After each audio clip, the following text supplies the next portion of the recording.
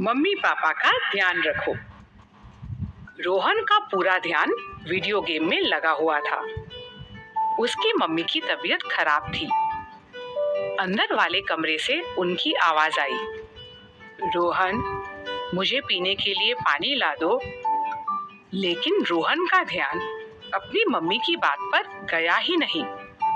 Mummy उठकर drawing room में आई और उन्होंने खुद पानी ले लिया। नानी ने यह देख लिया।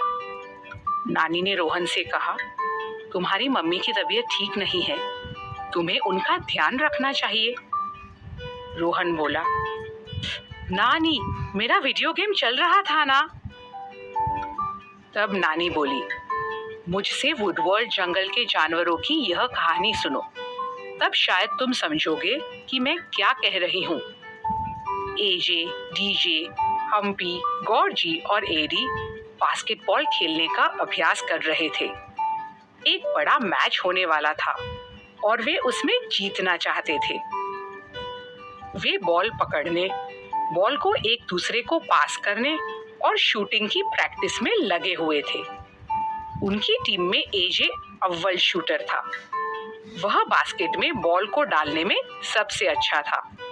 एडी बोला, एजे, तुम सबसे अच्छा खेलते हो, तुम ऐसे ही बढ़िया खेलते रहो तो हमारी जीत पक्की। वे सब दिन भर प्रैक्टिस करते रहे। फिर घर जाने का समय हो गया। डीजे ने कहा, हम सब कल फिर मिलते हैं। एजे, तुम वक्त पर आ जाना। यह भी कोई कहने की बात है, एजे ने कहा। चिंता मत करो, मैं समय से पहुंच जाऊंगा। और बॉल को अपनी उंगली पर घुमाते हुए वह घर चला गया। घर पहुंचकर एजे ने देखा कि उसकी मम्मी बीमार थी। उनकी हालत देखकर वह डर गया। वे पलंग पर लेटी हुई थी और उनकी हालत काफी खराब थी। एजे ने अपनी बॉल एक तरफ फेंकी और मम्मी के पास चला गया। मम्मी, आपको क्या हुआ? घबराए हुए एजे ने पूछा। मम्मी धीमी सी आवाज में बोली, कुछ नहीं बेटा, शायद मुझे बुखार है। झट से एजे बोला, मम्मी, आप बिस्तर पर ही लेटे रहना, आपकी दवाइयाँ कहाँ हैं? मम्मी ने दवाइयों की तरफ इशारा किया। तब एजे बोला, आप ठहरो, मैं आपकी दवाइयाँ यहीं ला देता हूँ। आपको और कुछ चाहिए? एजे ने एक गिलास में पानी डाला। फिर उसने मम्मी को बैठने में मदद की ताकि वे पलंग पर ही बैठकर दवाई खा सके। उसने पूछा, मम्मी, आप क्या खाना चाहती है?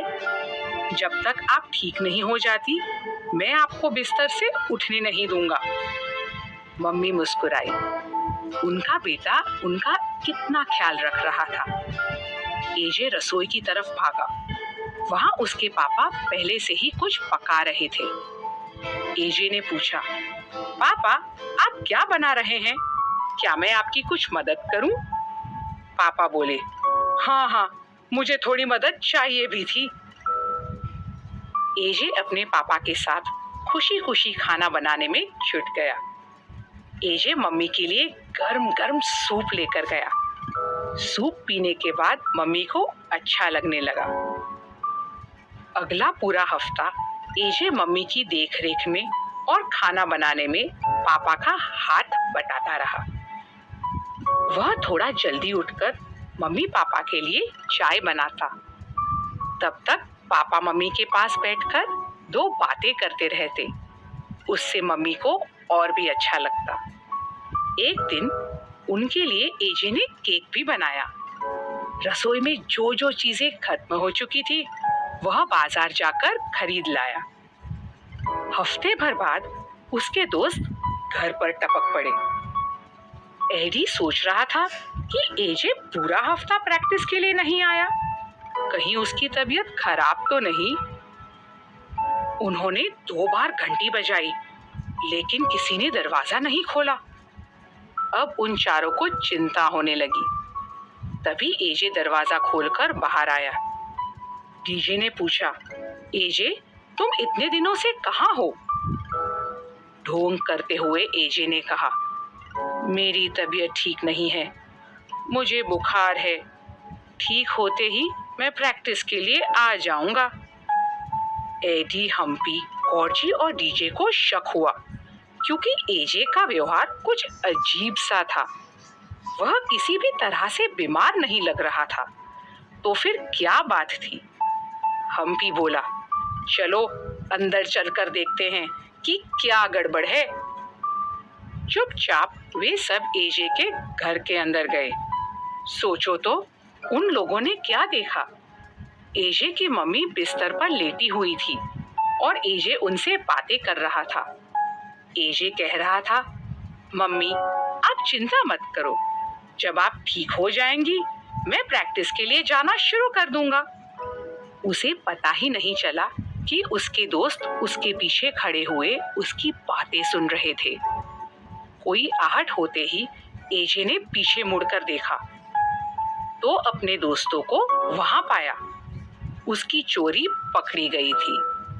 एडी सामने आया और बोला, एजे, तुमने बताया क्यों नहीं कि तुम्हारी मम्मी की तबीयत खराब है? तुम कह सकते थे ना कि तुम उनकी देखभाल कर रहे हो। एजे ने हिचकिचाते हुए कहा, मुझे लगा कि मम्मी पापा की देखभाल करने के लिए तुम लोग मुझ पर हंसोगे, जबकि मैंने तो तुमसे प्रैक्टिस के लिए आने का वादा किया था। गॉर्जी को एजे की बात पर ताज्जुब हुआ। उसने कहा, तुम ऐसा सोच भी कैसे सकते हो कि मम्मी पापा का ध्यान रखने के लिए हम तुम्हारा मजाक उड़ाएंगे? हम लोग अपने मम्मी पापा का हाथ थामकर ही तो बड़े हुए हैं। उन लोगों ने हमारे लिए बहुत कुछ किया है, इसलिए हमें उनका ध्यान जरूर रखना चाहिए, खासकर कि तब जब उन्हें हमारी मदद की जरूरत हो। जहां तक बास्केटबॉल मैच का सवाल है, वे तो हमेशा होते ही रहेंगे। डीजे ने कहा, एजे, जिस तरह तुमने अपनी मम्मी की देखभाल करी है, हमें तुम पर बहुत गर्व हो रहा है। एजे ने उन्हें एक नई शिक्षा दी थी। कोई ऐसी वैसी शिक्षा नहीं, अपने मम्मी पापा की देखभाल करने की शिक्षा। जरूरत पड़ने पर मम्मी पापा की देखभाल से जरूरी और कुछ भी नहीं होता। रोहन को बहुत शर्म आई। वह समझ गया था कि उससे कौन सी गलती हो गई थी। उसने तुरंत उठकर अपनी मम्मी को एक गिलास पानी दिया। उसने यह भी पूछा, मम्मी आपको कुछ और चाहिए? मम्मी प्यार से मुस्कुराई। नानी को संतोष हुआ कि रोहन के साथ सब बच्चों ने एक बहुत जरूरी सबक सीख लिया था। हमने क्या सीखा? जरूरत के समय मम्मी पापा का ध्यान अवश्य रखो। तुम्हें बड़ा करने में और अच्छी आदतें सिखाने के लिए उन्होंने तुम्हारा बहुत ख्याल रखा।